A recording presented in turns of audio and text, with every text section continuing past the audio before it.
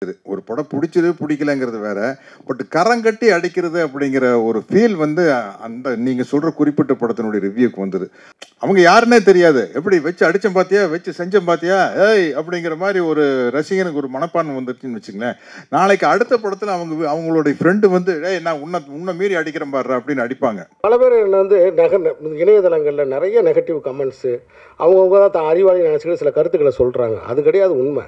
ரசிக்கிற படம் வந்து எல்லாரும் ரசிக்கன்றத அவங்கவுங்க மனநிலையை பொறுத்து தான் ஒரு படம் பார்க்குறது. நம்ம அதுக்காக பயந்துக்கிட்டு நம்ம விமர்சனம் வேணாம்னு சொன்னோம்னு வச்சுங்களேன், அப்புறம் இப்படிப்பட்ட இயக்குநர்களாக வரவே முடியாது. இவங்கெல்லாம் ஒரே நாளில் காண போயிடுவாங்க. அப்புறம் குறிப்பாக சினிமாவுக்குள்ளே நான் வரணும்னு முடிவு பண்ண பிறகு, சினிமாவுக்குள்ளே வரணும்னு முடிவு பண்ணும்போது நான் சொல்கிறது 90s, இந்த 94, 93 அந்த டயத்தில் தியேட்டருக்கு நான் போகும்போது வந்து யார் சொல்கிற விமர்சனத்தையும் நான் கேட்க மாட்டேன்.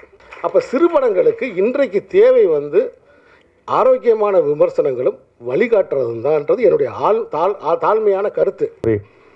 எனக்கு வந்து விமர்சனங்கள் வந்து உடன்பாடு உண்டு. நான் வந்து விமர்சனங்களை வரவேற்க வருவேன். இதை நான் ஆரம்பத்துலேருந்து என்னோடய படங்களை சொல்லியிருப்பேன். என்னோடய படங்களை திட்டினாலும் சரிவான். நான் எப்படி பார்க்குறேன்னா, லோக்கலாக சொல்லப்போனால் ஒரு பொருளாக இருந்தால் அது வீசணும் இல்லை மணக்கணும், ரெண்டுமே இல்லைன்னா அந்த பொருளுக்கான வேல்யூ இல்லைன்னு தான் பார்க்குறேன். விமர்சனம்ன்றது வந்து நம்மளை மெருகேற்றிக்கிறதுக்கு தான். எப்போவுமே வந்து என்னுடைய படைப்பு வந்து எனக்கு சிறப்பாக இருக்கும். அன்பு வணக்கம். தயவு செய்து 2 வரியை மட்டும் கட் பண்ணி போட்டு என் கதையை முடித்து விட வேண்டாம் என்று மிக தாழ்மையுடன் கேட்டுக்கொள்கிறேன். அதாவது ஒன்றும் இல்லைங்க, என் படத்தை பற்றி ஒரு இதை கமெண்ட் போடுறேங்க. எனக்கு இப்போ தான் பயங்கரமான அனுபவம்லாம் உண்டாகுது. போட்ட உடனே கீழே வந்து ஒருத்தன் ஒரு கெட்ட வார்த்தையில் இதெல்லாம் ஒரு படமா அப்படின்னு கேட்டு டப்புன்னு கமெண்ட் போட்டாங்க. போட்ட 2வது நிமிஷம் போட்டாங்க. போட்ட உடனே நான் அதை எடுத்து பார்த்தேங்க. இந்த பயலை நம்ம எங்கேயோ பார்த்துருக்கோமேடா, இவனை எங்கேயோ நம்ம பார்த்துருக்கோமே, இவன் பேர் எங்கேயோ கேள்விப்பட்டிருக்கோம். ஏன்னா அவனை உத்து பார்க்குறேன். எனக்கு ஞாபகம் வந்துச்சு கொரியர் ஆஃபீஸு. ஒரு கொரியர் ஆஃபீஸில் இந்த ஒரு பையனை நம்ம பார்த்தோமா ஞாபகம். வடபழனிக்கு நேராக வந்து டிரைவர் இல்லை, பைக் எடுத்துக்கிட்டு நேராக வந்துட்டேன். 11 மணி ஞாயிற்றுக்கிழமை வந்தால் அன்றைக்கி கொரியர் ஆஃபீஸை அவங்க திறந்துருக்காங்க, வேலை செஞ்சுக்கிட்டு இருக்காங்க. இந்த பையன் உட்காந்துருந்தான். ஏடா தம்பி, வாங்க வாங்க அப்படின்னா, அம்மா எதுக்கு நான் இப்படி கமெண்ட் போட்டாருன்னு காமிச்சேன். இதுவாண்ணா, இது என்னண்ணா அது? ஓ, இது உங்கள் படமாண்ணா? ஆமாடா, என் படம் தான்டா. ஏன் இந்த கமெண்ட்டை போட்ட நீ? மொக்கேன்னு போட்டிருக்கிய, இதெல்லாம் ஒரு படமானு போட்டிருக்கிய, ஏன் இந்த இதை போட்டடான்னு நான் கேட்டேன். உடனே அண்ணா சாரிண்ணா, நான் அந்த படம் இன்னும் பார்க்கலண்ணா அப்படின்னா. சரிடா, பார்க்கல ரைட்டு, பார்க்காத படத்தை எப்பறம் நீ மொக்கேன்னு போடுவேன்னு கேட்டேன். இல்லைண்ணா, என் ஃப்ரெண்டு எஃபியில் எழுதியிருந்தாண்ணா. யாரா அவன் ஃப்ரெண்டுன்னு பேசிக்கிட்டு போய் என் ஃப்ரெண்டு வந்துட்டான். ஏன்னா அன்றைக்கி 12 மணி வரைக்கும் தான் கடையை மூட்டிட்டு கூப்பிட்டு போகிறதுக்கு என் ஃப்ரெண்டு வந்துட்டான். அவனை பிடிச்சிட்டேன். டேய், அவன் என்ன சொல்கிறான், நானும் இன்னும் படம் பார்க்கலண்ணா, நான் வந்து இன்னொருத்தனோட இதை வந்து ஸ்டேட்டஸை நான் ஷேர் பண்ணியிருந்தேன், அதை இவன் பார்த்துருக்கான், அதனால தானே நாங்கள் போட்டோம். சாரிண்ணா, நாங்கள் டெலீட் பண்ணிடுறோண்ணா. நீ டெலீட் பண்ண வேண்டிய தேவையில்லை, நான் பிளாக் பண்ணிட்டேன். சரியா? தயவுசெய்து இனிமேல் படத்தை பார்த்துட்டு அதை பற்றி கருத்து போடுங்கடா, இல்லைன்னா உங்களோட கொரியருக்கே நான் வரமாட்டேன் அப்படின்னு. சரிங்கண்ணா. சரி, இதாவது பரவாயில்லண்ணா. இன்னொரு பயங்கரமான அனுபவம் எனக்கு. நான் தானே கவிதைகள் அப்பப்போ போட்டுக்கிட்டே இருப்பேன் எஃபியில். போட்ட உடனே நைஸ், வெரி குட் அப்படின்னு ஒருத்தன் போட்டுக்கிட்டே இருப்பேன். சரின்னு பார்த்துட்டு விட்டுட்டேன். அப்புறம் ஒரு நாள் வந்து இந்த சங்கீதாவில் சாப்பிட்றதுக்காக உட்காந்துருக்கும் போது ஒருத்தர் வந்தாப்புல வந்து, good morning sir. Good morning sir, நான் வந்து உங்களை எஃபியில் ஃபாலோ பண்ணுறேன் சார். அப்படிங்களா? ஆமாம் சார், இந்த பாருங்கள் சார் அவனுக்கு காமிச்சா இவர் தான் இந்த நைஸ் ஓகேன்னு போட்டுருக்கேன் கவிதைக்கு. ஆனால் அவர் ஃபேஸை பார்த்தா நார்த் இந்தியனாக இருக்காப்புல. மகாராஷ்டிராவிலேருந்து இங்கே சூப்பர் ஸ்டார் ஆகணும்னு வந்திருக்காப்புல. சொல்கிறது புரியுதா உங்களுக்கு? அங்கேருந்து வந்து ரஜினி சாரை இன்ஸ்பிரேஷனாக எடுத்துக்கிட்டு அங்கேருந்து இங்கே வந்திருக்காப்புல. ஏன்னா கையை காமிச்சு நைஸ் ஓகேன்னு. நான் கேட்டேங்க, வா இந்த கவிதையை நீ படிச்சியான்னு கேட்டேன். இது உனக்கு தமிழ் படிக்க தெரியுமான்னு கேட்டேன். இல்லை சார், எனக்கு படிக்க தெரியாது சார். அப்புறம் ஏன் நைஸ்ன்னு போடுறேன்னு கேட்டேன். இல்லை சார், உங்களை சப்போர்ட் பண்ணலான்னு நினச்சேன் சார். என்னை எதுக்கே என் கவிதையே படிக்காமல் என்னை எதுக்கே நீ சப்போர்ட் பண்ணணுங்கிறான். இல்லை சார், நீங்கள் தான் விஜய் சேதுபதினு சொன்னாங்க. இதெல்லாம் உங்கள்கிட்ட காமிச்சு உங்கள் ஆஃபீஸில் வந்து பார்த்து ஒரு சான்ஸ் கேட்கலான்னு நினச்சேன். சரி, எந்த ஊரியா நீங்கள்? பூனே சார்.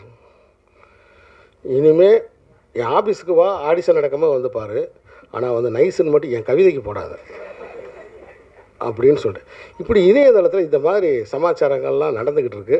இந்த படத்துக்கு நல்ல ரிவ்யூஸ்லாம் வருது, ஹவுஸ்ஃபுல் அப்படி இப்படின்ற மாதிரி ரிவ்யூஸ் பார்த்து தான் நீங்களே ஒரு ஐடென்டிஃபை பண்ண முடியுது படம் நல்லா ரீச் ஆகுது அப்படின்றது. ஸோ இப்போ ரீசெண்டாக நீங்கள் எந்த படத்தை பற்றி சொல்கிறேன்னு உங்களுக்கும் தெரியும், எதில் வந்து அறிவிப்பு வந்தது, இப்போ படமே ரிவ்யூவால் தான் ஓடலை அப்படின்றது சொல்கிறாங்க. படம் நல்லா இருந்தால் நல்லா இருந்துச்சுன்னு சொல்ல போகிறாங்க, இல்லைன்னா இல்லைன்னு சொல்ல போகிறாங்க, எல்லாருக்கும் தெரிஞ்ச விஷயம். பட் ரிவ்யூவால் தான் படம் ஓடலை, ஸோ யார் ரிவ்யூ எடுக்கக்கூடாது அப்படின்ற மாதிரி சொல்லியிருக்காங்க. ஸோ நீங்கள் சொல்லுங்கள் சார், நீங்கள் பல படங்களை பார்த்துருப்பீங்க, பல ரிவ்யூவில் பார்த்துருப்பீங்க, இப்போ சமீபத்தில் இந்த பிரச்சனை போயிட்டுருக்கு. இல்லை, ஒரு படத்துக்கு ரிவ்யூ பண்ணுறது வந்து பத்திரிகையாளர்களுடைய உரிமை, அதை நான் இல்லைன்னு சொல்ல. ஆனால் வேணும்னே கொஞ்சம் அதிகமாக ஃபோக்கஸ் பண்ணி அடிக்கிறேன்னு ஒன்று இருக்கு இல்லையா, அது வந்து நீங்கள் சொல்கிற படத்துக்கு தெளிவாக தெரிஞ்சது. ஒரு படம் பிடிச்சது பிடிக்கலைங்கிறது வேற, பட் கரங்கட்டி அடிக்கிறது அப்படிங்கிற ஒரு ஃபீல் வந்து அந்த நீங்கள் சொல்கிற குறிப்பிட்ட படத்தினுடைய ரிவ்யூக்கு வந்தது. அது தவறான விஷயம் அப்படின்னு நான் நினைக்கிறேன். ஏன்னா ஒரு படம் பிடிக்குது பிடிக்காத ஒருவருடைய தனி மனிதனுடைய விருப்பம், அதில் வந்து எந்த விதமான அப்ஜெக்ஷன் கிடையாது. இருந்தாலும் அந்த ஒரு ஆஸ்பெக்ட் வந்து தப்புன்னு நான் நினைக்கிறேன். அது கொஞ்சம் இருந்ததாக நானும் உணர்றேன். ஏன்னா நல்லா இருக்குது நல்லா இல்லைங்கிறத தாண்டி பர்சனலாக அட்டாக் பண்ணி பர்சனல் லைஃப் எல்லாம் அவங்களுடைய தனிப்பட்ட வாழ்க்கையெல்லாம் அட்டாக் பண்ணிங்கிறது வந்து அது எப்படி ரிவ்யூக்குள்ளே வரும்? அதுக்கு ரிவ்யூக்கு என்ன சம்மந்தம் இல்லையா? இல்லை சார், இப்போ நீங்கள் சொன்ன மாதிரி ரிவ்யூஸ் எல்லாமே ரிவ்யூவர்ஸ் பண்ணுறது இல்லை. இப்போ தேட்டர்ஸ்லேருந்து படம் பார்த்துட்டு வர பப்ளிக்கு கொடுக்குற ரிவ்யூ தான் பண்ணக்கூடாதுன்னு சொல்லியிருக்காங்க. ஸோ பப்ளிக்கோட பாயிண்ட் ஆஃப் வியூவில் இந்த படம் நல்லா இருக்குது, இது நல்லா இல்லை, இந்த படம் மாதிரி இருக்குது அப்படின்ற அந்த கம்பேரிசேஷன் இது எல்லாமே இருக்கும். ஸோ அதை வந்து அக்செப்ட் பண்ணிட்டு தானே சார் ஆகணும். படம் ரிலீஸ் பண்ணுறன்றது பப்ளிக் தான், அவங்க சொல்கிற பாயிண்ட்டையும் நம்ம ஏற்றுட்டு தானே சார் ஆகணும். நல்லா இல்லைன்னா நல்லா இல்லைன்னு ஏற்றுட்டு தானே ஆகணும். இல்லை, அது ஏற்றுக்கிறது தப்பு இல்லை. ஆனால் என்னென்னா ஒரு கல்ட்டு டெவலப் ஆயிடுச்சுன்னு வச்சுங்களேன்.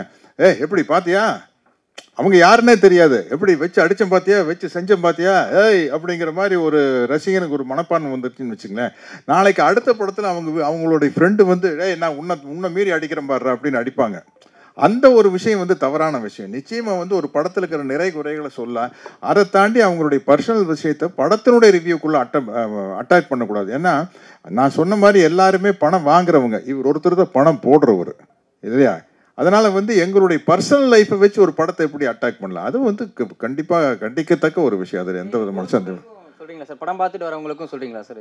பொதுமக்களுக்கு நான் என்ன சொல்கிறேன்னா, நீங்கள் வந்து படத்தை மட்டும் ரிவ்யூ பண்ணுங்கள், அதை தாண்டி பர்சனலாக ரிவ்யூ பண்ணாதீங்க அப்படிங்கிறது பொதுமக்களுக்கு நான் வைக்கிற ஒரு தாழ்மையான வேண்டுகோள்.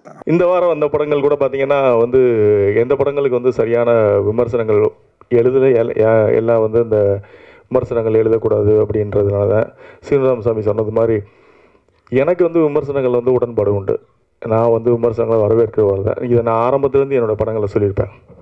என்னோடய படங்களை திட்டினாலும் சரி, நான் எப்படி பார்க்குறேன்னா, லோக்கலாக சொல்லப்போனால் ஒரு பொருளாக இருந்தால் அது வீசணும் இல்லை மணக்கணும், ரெண்டுமே இல்லைன்னா அந்த பொருளுக்கான வேல்யூ இல்லைன்னு பார்க்குறேன். விமர்சனம்ன்றது வந்து நம்மளை மெருகேற்றிக்கிறதுக்கு தான். எப்போவுமே வந்து என்னுடைய படைப்பு வந்து எனக்கு சிறப்பாக இருக்கும்.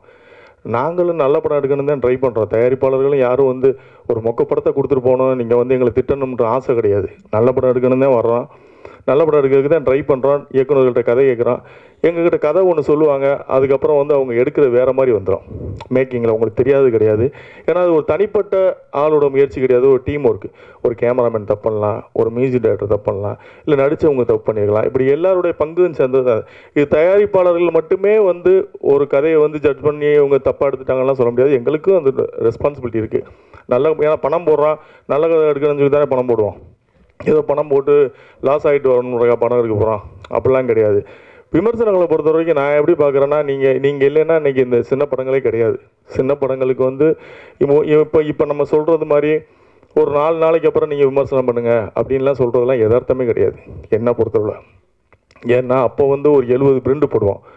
நீங்கள் இந்த தேட்டரில் ஓடி முடிஞ்சவொன்னே இன்னொரு தேட்டருக்கு மாற்றுவாங்க, இந்த தேட்டரில் பார்க்காதவங்க இன்னொரு தேட்டரில் பார்ப்பாங்க. இப்போ சேதுன்ற படம்லாம் எத்தனை நாளைக்கு அப்புறம் பிக்கப் ஆச்சுன்னு உங்களுக்கு தெரியும். ஒரு ஒருதலை ரகம்ன்ற படம்லாம் எவ்வளோ நாளைக்கு அப்புறம் பிக்கப் ஆச்சுங்க. நீங்கள் இன்றைக்கி மாதிரி சேதுவோ இல்லை இன்றைக்கி ஒருதலை ரகமோ ரிலீஸ் ஆகிருந்தால் இன்றைக்கி ஒரு டிஆர் இருந்திருக்க மாட்டார், ஒரு பாலா இருந்திருக்க மாட்டார். ஸோ அப்போ அன்றைக்கி வந்து ஸ்க்ரீன் பேஸ் ஒரு தேட்டருக்கு முடிஞ்சிச்சுன்னா இன்னொரு தேட்டருக்கு மாற்றுவாங்க, அப்போ ஆடியன்ஸுக்கு பார்க்கறதுக்கான வாய்ப்பு இருந்தது. இன்றைக்கி ஒரு நாள் கூத்து தான். காலையில் 11 மணிக்கு ஷோ வந்து ரன் ஆச்சுன்னா அந்த ஷோவுக்கு ஆள் வரலைன்னா அடுத்த ஷோ 230 ஷோ வந்து இருக்காது இந்த படம், தூக்கிடுவாங்க. ஸோ இப்போ ஒரே நாளில் விட்டில் பூச்சி மாதிரி அன்னைக்கு முடிஞ்சு போச்சு, சோழி முடிஞ்சு போச்சு, அதுக்கான வேல்யூவே இருக்காது. அப்போ நம்ம வந்து நம்ம என்ன ஏதாவது ஒரு நாய்ஸ் கிரியேட் பண்ண வேண்டியது இருக்குது. அந்த படத்தை முன்னாடியே மீடியாவுக்கு போட்டு காட்ட வேண்டியது இருக்குது. நீங்கள் அந்த படத்தை பற்றி பேசுங்க, நீங்கள் பேசிட்டே ரப்பர் பந்தை ஹிட் பண்ணீங்க, அது யாராலையும் மறுக்க முடியாது. அதாவது வந்து நல்ல படத்தை ஓட வச்சதோட பங்கு மீடியாக்களோட பங்கு இருக்குன்றது எனக்கு தெரியும், நான் அறிவேன். நல்ல படம் நீங்கள் வெளியே ப்ரெஸ்ஸோ பார்த்துட்டு வந்தோடனே சோசியல் மீடியாவில் ஒரு வைப் கிரியேட் ஆகும். அப்படி பார்த்துட்டு அவங்களே அறியாமலே சோசியல் மீடியாவில் எழுத ஆரம்பிப்பாங்க, இது சூப்பர் ஆவேசம் அப்படிலாம். நீங்கள் நல்லா இருக்குன்னு சொன்ன படங்களும் சில படங்கள் ஓடாமல் இருந்திருக்கு, நல்லா இல்லைன்னு சொன்ன படங்களும் ஓடி இருக்கு. இப்போ ராட்சசன்லாம் நீங்கள் வந்து நல்லா இல்லைன்னு நிறைய பேர் போட்டிருந்தாங்க, ஆனால் அந்த படம் ஓடிச்சு. சமீபத்தில் வந்த ஒரு படம் கூட டிமாண்டி காலனின்னு நிறைய பேர் நல்லா இல்லைன்னு எழுதியிருந்தாங்க, ஆனால் அந்த படம் கலெக்ஷன் நல்ல கலெக்ஷன். ஸோ அப்போ நம்ம வந்து எல்லாரோட பார்வையும் ஒரே மாதிரி இருக்காது, நம்ம பார்க்குறது தான் சரியான பார்வைன்னு சொல்ல முடியாது. நான் ரசிக்கிற படம் வந்து எல்லோரும் ரசிக்கன்றத அவங்கவுங்க மனநிலையை பொறுத்து தான் ஒரு படம் பார்க்குறது. நம்ம அதுக்காக பயந்துக்கிட்டு நம்ம விமர்சனம் வேணாம்னு சொன்னோம்னு வச்சுக்கோங்களேன், அப்புறம் இப்படிப்பட்ட இயக்குனர்கள்லாம் வரவே முடியாது. இவங்கெல்லாம் ஒரே நாளில் கனவு போயிடுவாங்க. அப்புறம் இன்றைக்கி எதிர்காலத்தில் வர இயக்குனரோட வாழ்க்கையெல்லாம் கனவாகி போயிடும். அவங்க எப்படி வர்றது? இப்போ நீங்கள் ரப்பர் பந்துக்கு யாருமே விமர்சனம் போடல, 4 நாள் பொறுத்து நீங்கள் விமர்சனம் போடுங்கன்னு நம்ம சொல்லியிருந்தோம்னா அந்த இயக்குனரோட வாழ்க்கை என்ன இருக்கா? புதுசாக வர ஒரு இயக்குனருக்கு வந்து எந்த நடிகர் வந்து பெரிய நடிகர் வந்து டேட்டு கொடுத்து நீங்கள் ஒரு பெரிய படங்களுக்கு வந்து அவங்களுக்கான ரசிகர் பட்டாளம் இருக்காங்க, அவங்க வந்து நூன் ஷோவை புல் பண்ணிடுவாங்க. அதுக்கு தான் அந்த நூன் ஷோவை புல் பண்ணுறதுக்கான ஆர்டிஸ்ட் தான் வேல்யூ உள்ள ஆர்டிஸ்ட், அதுக்கு தான் ஒரு மார்க்கெட் வேல்யூ உள்ளவங்க, அவங்களுக்கு சம்பளம் கொடுத்து நம்ம நடிக்க வைக்கிறோம், நூன் ஷோவையாவது புல் பண்ணட்டும் அவங்க அப்படின்னு. அப்போ அப்படி வரும்போது மவுத்தாக்கில் ஒரு வேளை அவங்க பார்த்துட்டு போய் வெளியே சொல்லுவாங்க, படம் நல்லா இருக்குன்னா திரும்ப வர போகிறாங்க, நல்லா இல்லைன்னா போக போகிறாங்க. சின்ன படங்களுக்கு நம்ம என்ன பண்ண முடியும்? சின்ன படங்கள் நீங்கள் 4 நாளைக்கு அப்புறம் ரிவ்யூ போடுங்க அப்படின்னு சொன்னோம்னா நம்ம 4 நாளைக்குள்ள அந்த படம் காணாமல் போயிடும், வந்தன்னைக்கே காணாமல் போயிடும். 4 நாளைக்கு அப்புறம் வந்து நம்ம தான் உட்காந்து தனியாக பார்த்துக்கிட்டு இருக்கோம், ஆள் இருக்காது. அதனால் வந்து இது நம்ம வந்து மீடியாவும் தயாரிப்பாளர்களும் ஒரு இணக்கமான முடிவு எடுத்து போக வேண்டியது. அதனால் இந்த சினிமா நல்லா இருக்கணுன்றதில் உங்கள் பங்கு வந்து மிகப்பெரிய பங்கு. உங்களோட பங்கு இது வந்து இந்த படத்தை வந்து நீங்கள் கொண்டு போய் சேர்க்கறதுக்கான பொறுப்பு உங்கள்கிட்ட தான் இருக்குது. இது நம்ம 2 பேரும் தான் நம்ம வந்து ஆரோக்கியமாக முடிவு எடுக்கணும். விமர்சனங்களை வந்து ரொம்ப நாகரிகமாக ஆரோக்கியமாக வைக்கணும். ஏன்னா ஒரு காலத்தில் வந்து அவங்க இப்போ உங்களுக்கு தெரியும், ஆனந்தவனோட மார்க் போடுறதுலாம் பார்த்தீங்கன்னா போஸ்ட் அடிச்சுலாம் ஓட்டியிருக்காங்க. 45 மார்க் ஆனந்த விடலில் போடுறாங்க, 50 மார்க் போடுறாங்கன்னா அது அன்றைக்கி வந்து வால் போஸ்டில் பெருசாக இருக்குது ஆனந்த விடல். அப்போ அதுக்கு வேல்யூ பண்ணாங்க அந்த ரிவ்யூ வந்து. அப்போ பத்திரிகையாளர்கள் நமக்கும் வந்து அந்த ரெஸ்பான்சிபிலிட்டி இருக்குன்னு நம்புகிறேன். ஏன்னா இது நம்ம எல்லோரும் சேர்ந்து இது ஒரு கிட்டத்தட்ட நம்ம இண்டஸ்ட்ரியில் ஒரு 50,000 பீப்புள் வாழக்கூடிய ஒரு தொழில், இதுக்கு நமக்கு எல்லாருக்குமே ரெஸ்பான்சிபிலிட்டி இருக்குன்னு நம்புகிறேன். இப்போ அதுக்காக பத்திரிக்கை நீங்கள் நான் தான் சொல்ல மாதிரியே நீங்கள் ரிவ்யூவே போடாதீங்க அப்படின்னு சொல்கிறதுல எனக்கு உடன்படே கிடையாது. அப்படின்னா வந்து ஒரு படம் ரிலீஸ் ஆகும்போது அந்த படம் வந்து எத்தனை நாள் மினிமம் நீங்கள் தேட்டரில் போடுவோம்ன்ற ஒரு கணக்கு வேணும். இத்தனை நாள் நாங்கள் எடுக்க மாட்டோம் அந்த படத்தை, ஆள் வருதோ வரலையோ ஒரு 4 நாளைக்கு இந்த படம் நிற்கும், நாங்கள் போடுறோம், மவுத் டாக்கில் வரட்டும் அப்படின்னு நாங்கன்னா ஒத்துக்கலாம். அப்படி தேட்டருக்காரங்க கண்டிப்பாக ஒத்துக்க மாட்டாங்க. ஏன்னா அவங்களும் எப்படி லாஸை பேர் பண்ணுவாங்க. இப்போ அவங்களுக்கு என்னென்னா வந்து எங்களுக்கு நூன் ஷோக்கு ஆள் இல்லைங்க, நம்ம காசு கொடுத்து டிக்கெட் வாங்கி நீங்கள் போடுங்கன்னு சொன்னால் கூட போட மாட்டாங்க, ஏன்னா கேண்டீன் பிஸ்னஸ் இருக்காது. ஸோ அதுக்கும் சிக்கல் இருக்குது. ஸோ ப்ராக்டிக்கலாக அப்படி நிறைய சிக்கல் இருக்குது. நீங்கள் எல்லா பக்கமும் நீங்கள் யோசிக்கணும். விமர்சனம் வேணான்னும் போது அப்போ எனக்கு அந்த பக்கத்தில் நீங்கள் வந்து எனக்கு அதுக்கான ஸ்பேஸ் கொடுக்கணும். இல்லைங்க நாங்கள் 4 நாளைக்கு வந்து நாங்கள் வந்து வெள்ளி சனி ஞாயிறு திங்கள் 3 நாளைக்கு வந்து நாங்கள் கண்டிப்பாக நாங்கள் படத்தை எடுக்க மாட்டோம், படம் போட்டிங்கன்னா அந்த படம் ஓடும், எத்தனை ஷோ உங்களுக்கு கொடுக்கமோ அத்தனை ஷோ நாங்கள் தூக்க மாட்டோம்னு கேரண்டி இருந்ததுன்னா நிச்சயமாக விமர்சனம் வேணான்னு சொல்லலாம். நீங்கள் வேணாங்க பரவாயில்ல அப்படின்னு. அதுக்கான வாய்ப்பு இல்லை, கொடுக்க முடியாது, அவங்களாலையும் கொடுக்க முடியாது. ஏன்னா அவங்களும் தேட்டர் பிஸ்னஸ் பண்ணுறவங்க, அவங்க என்ன பண்ண முடியும், அவங்க எல்லாமே வியாபாரம் தானேங்க. அப்போ நமக்கு ஒரே சாய்ஸ் வந்து மீடியா தான். மீடியா பார்த்துட்டு நல்லா இருக்குன்னா நல்லா இல்லைன்னு நல்லா இருக்குன்னு எழுத போகிறாங்க, நல்லா இல்லைன்னா நல்லா இல்லைன்னு எழுத போகிறாங்க. நல்லா இல்லைன்னு நம்ம மாற்றிக்க போகிறோம், இதுதான் தொழில்னு வந்துட்டோம். இப்போ எனக்கு நான் எடுத்த படத்தை சரியில்லைன்னு சொன்னீங்கன்னா நான் என்னோட படத்தை திறனாய்வு படிப்பேன். ஓகே இவங்க சொல்கிற நிறைய பேரோட ரிவ்யூ நான் படிப்பேன், சீனு ராமசாமி சொல்லும்போது படிப்பேன். சில வந்து அவங்களோட பாயிண்ட் ஆஃப் வியூ எழுதியிருப்பாங்க, இந்த கதை இப்படி இருந்தால் நல்லா இருக்கும், இப்படி இருந்தால் நல்லா இருக்கும், அது அவங்களுடைய வியூ, இப்படி இருந்தால் நல்லா இருக்குன்னு அதுக்காக எழுதக்கூடாதுலாம் கிடையாது. நல்லா இருக்கும் நல்லா இல்லையா உங்களுக்கு மனசை தோன்ற எழுதணும், ஒரு நாய்ஸ் கிரியேட் ஆகணும், அவ்வளோதான். அது இந்த படத்தை பற்றினா ஒரு இப்போ நீங்கள் பாருங்களேன், இந்த வாரம் ரிலீஸ் ஆன படத்துக்கு எந்த படத்துக்கும் அந்த மாதிரி ஒரு இதே இல்லை. பாவம் இந்த வாரம் ரிலீஸ் ஆன படங்கள்லாம் வந்து இந்த ஜீப்ரான்னு ஒரு படம் வந்துச்சு, எனக்கு ரொமான்ஸ் மட்டும் ஒரு படம், எந்த படமே எந்த இதுலேயுமே வந்து ஒரு நாய்ஸ் கிரியேட் பண்ணல. ஸோ இது பாவம் தான் அது ஆக்சுவலாக. இதை நம்ம எல்லாருமே உட்காந்து நீங்களும் புரிஞ்சுக்கணும், எங்களுடைய வழிகளையும் புரிஞ்சுக்கணும். நாங்களும் இவ்வளோ கோடி ரூபா போட்டு இன்வெஸ்ட் பண்ணி படம் எடுக்கிறோம். நீங்கள் வந்து குற்றம் சொல்வதற்கு உங்களுக்கு முழு உரிமை இருக்குது. எந்த ஒரு ஆசிரியனுக்கும் மாணவனை தண்டிப்பதற்கும் முழு உரிமை உண்டு. அந்த மாணவன் வந்து அவனை திருத்திக்கிறதுக்காக நல்ல விதம், அதாவது கசப்பு மருந்து எப்போவுமே வந்து உடம்புக்கு நல்லதுன்னு வாங்க. நீங்கள் சொல்கிற அறிவுரை எங்களுக்கு அப்படி தான் இருக்கணும். தனிநபராக வந்து உங்களுடைய விருப்ப வெறுப்புகளை வந்து இதில் காட்டக்கூடாதுன்றதான் என்னுடைய தாழ்மையான கருத்து. இது உங்கள்கிட்ட வந்து நான் அட்வைஸாக இல்லை, வேண்டுகோளை வைக்கிறேன். உங்களுடைய விருப்ப வெறுப்பு எது இருந்தாலும் அதை வந்து அந்த படைப்பில் காட்டாங்க. ஏன்னா அந்த படைப்பில் நீங்கள் என்ன மட்டும் உங்களுக்கு பிடிக்காமல் இருக்கும், என்ன பிடிக்காதுக்காக என்னை டார்கெட் பண்ணி எழுதுவீங்க. பட் அந்த படத்தில் வந்து நிறைய பேர் நடிச்சிருப்பாங்க, நிறைய பேரோட முதல் கனவாக இருக்கும். அதில் அவங்க அப்போ எல்லாருமே பாதிக்கப்படும். ஸோ அதனால் நம்மளுடைய தனிமனித விருப்ப வெறுப்பெல்லாம் வந்து ஒரு படைப்பில் வைக்கக்கூடாதுன்றது என்னுடைய வேண்டுகோள். மற்றபடி உங்களுடைய ஆதரவு வந்து சினிமாவுக்கு என்றைக்குமே தேவை. முதல் நாளே உங்களுடைய விமர்சனத்தை நாங்கள் எதிர்பார்க்குறோம், எங்களுக்கு வேணும் அப்படின்றதுலாம் நான் ரொம்ப ஸ்ட்ராங்காக இருக்கேன். இது சீனு ராமசாமி சொன்ன மாதிரி நீங்கள் சொல்லுங்கள், ப்ரொடியூசர் கவுன்சிலில் சொல்லுங்கள். நான் எப்போயுமே என்னோடய ஸ்டாண்டில் நான் தெளிவாக இருப்பேன். நான் ரிவ்யூ வந்து மதிக்கிறவன், நான் விமர்சனங்களை ஏற்றுக்கொள்ளக்கூடியவன். விமர்சனம் வேணும், ஏன்னா அதுதான் இன்றைக்கி உள்ள படைப்பாளிகளை அடையாளப்படுத்தும். சின்ன டாடான்னு ஒரு டைரக்டர் இப்போ வந்து பேசிட்டு போனார். அவர் எப்படி உருவானார்? நீங்கள் கொடுத்த விமர்சனத்து மூலமாக நீங்கள் நிறைய பேரை உருவாக்கி விட்டுருங்க. இன்றைக்கி உயரத்தில் இருப்பவர்களெல்லாம் நீங்கள் உருவாக்கி விட்டவங்க தான். நான் உயர போனதுக்கப்புறம் நீங்கள் தேவையில்லைன்னு உங்களை ஒதுக்குறது வந்து நியாயமாக இருக்காது. எனக்கு அது சரின்னு படலை. அப்புறம் வந்து தொடர்ந்து வந்து என்கிட்ட வந்து வரும்போதே என்கிட்ட 2-3 பேர் கேட்டாங்க, ஏன்னா நல்லா இருக்கீங்களா சார், அண்ணே நீங்கள் அன்றைக்கி பேசுனது ரொம்ப சிறப்பாக இருந்துச்சுண்ணே, நல்லா இருந்துச்சு, இன்றைக்கி இந்த மேட்ரை பேசுங்கண்ணே அப்படின்னாங்க. ஏன்னா அது தம்பி சைலண்ட்டு தலைப்பு, இயக்குனர் சொன்ன மாதிரி இங்கே அது ஒரு பெரிய சத்தம் ஆயிரும். என்ன மேட்ரு அப்படின்னு கேட்டேன். ஒரு பக்தி மேட்ரை சொன்னாப்புல. நான் சொன்னேன், தம்பி அதை நான் பேச முடியாது, நான் ராமரை பற்றி பேசி நான் வனவாசம் போக முடியாது, ஏன்னா அது நான் செய்ய முடியாது, அது வேணாம்ப்பா, நான் என்னை தயவுசெய்து அதெல்லாம் பேச சொல்லாத, அது மாதிரி என்னை ட்ரெயின் பண்ணாத, நான் கான்ட்ராவர்சியாக எப்போயுமே நான் மேடைகளில் நான் பேசுகிறது இல்லை தம்பி அப்படின்னு நான் சொன்னேன். இல்லைண்ணா நீங்கள் இப்போ அதுதான் வந்து ட்ரெண்டாக இருக்குது.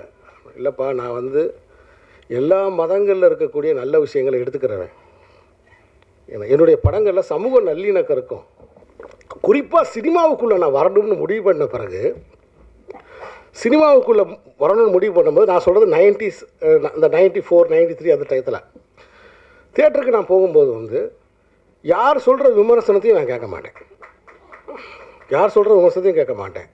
அதே மாதிரி எங்களை வந்து பத்திரிகைகள் வந்து அப்போ ஆனந்த விகடன், குமுதம், கல்கி, கல்கண்டு, அமுத சுரபி, இப்படி யுனெஸ்கோ கூரியர் வரைக்கும் எல்லா பத்திரிகையும் நான் படிச்சிருவேன். நூலகத்துக்கு போய் சாவி, இப்படி எல்லா பத்திரிகையும், அப்போ எல்லா பத்திரிகையில் இருக்கிற விமர்சனமும் நான் படிப்பேன். ஆனால் அப்போ அந்த விமர்சனம்லாம் ஒரு நாள் 2 நாளில் வரும். ஆனால் எந்த விமர்சனத்தையும் நான் படிச்சுட்டு தியேட்டருக்கு போக மாட்டேன்.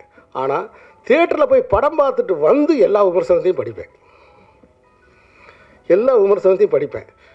அப்போ என்னென்னா, இந்த படத்தை பற்றி நம்ம நினைக்கிறது சரியா, இந்த படத்தில் என்னென்ன குறைகள் இருக்குதுன்னு நம்ம என்ன நினச்சோம், அது எல்லாமே சரியா அப்படின்னு நான் பார்ப்பேன். நான் பெல் அடிச்சுக்கிட்டே இருக்க பாருங்களேன், நான் ஓடி போய் எடுத்துடுவேன் போல தெரியுது. சரியா அப்படின்னு ஒரு பயிற்சிக்காக திரும்ப நான் படித்து பார்ப்பேன். இப்படி தான் ஒரு படத்தை என்னோடய ரூம்மேட்டு சென்னையில் இருக்கும்போது அந்த படம் நல்லா இல்லைன்னு சொல்லிட்டாங்க. முத்துன்னு ஒரு படம், ரஜினி சார் நடித்த அந்த முத்து படத்தை அவருக்கு பிடிக்கல போல தெரியுது. இந்த படம் நல்லா இல்லைன்னு சொல்லிட்டாப்புல. நான் அதனாலே ஒரு 2 நாள் கழித்து போவோன்ட்டு அப்படியே விட்டுட்டேன். உட்கார முடியாத தலைவா அப்படின்னு என்கிட்ட சொல்லிட்டாப்புல. அப்படி சொல்கிறாப்புலன்ட்டு.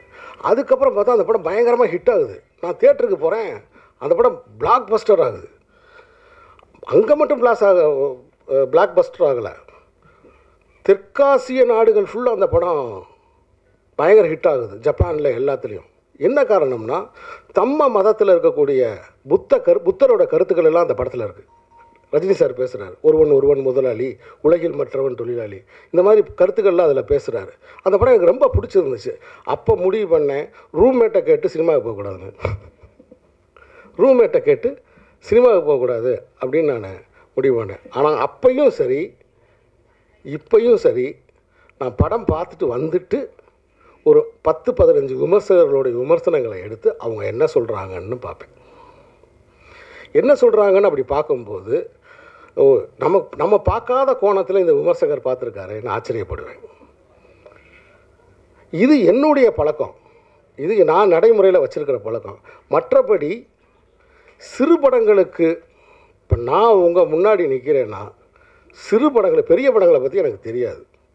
ஏன்னா பெரிய படங்கள் பெரும்பான்மை வியாபாரத்தில் வந்து கரையேறி வந்து நின்றும். தேட்டரில் வந்து கரையேறி வந்து நின்றோம். அவ்வளோ விளம்பரம் பண்ணுவாங்க, போஸ்டர் விட்டுவாங்க, எல்லாமே செய்வாங்க.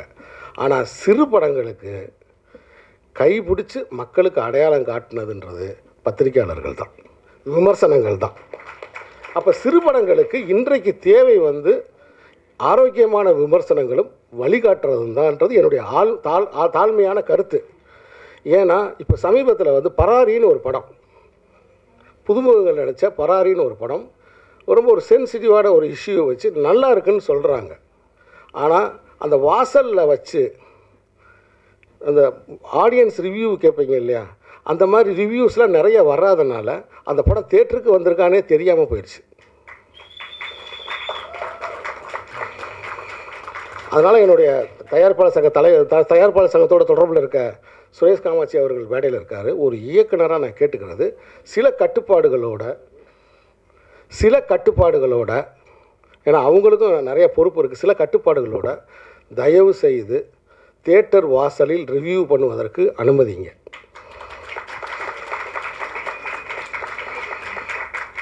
பெரிய படங்களுக்கு அனுமதிங்க, சிறிய படங்களுக்கும் அனுமதிங்க.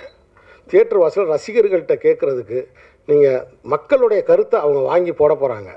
ஏன்னா அப்படி மக்களுடைய கருத்தை வாங்கி போடுறதுக்கு தயவுசெய்து அனுமதிங்க. ஏன்னா அப்படி இல்லைன்னா சிறு படங்கள் மக்களின் கவனத்துக்கு வராமையே போயிடும்.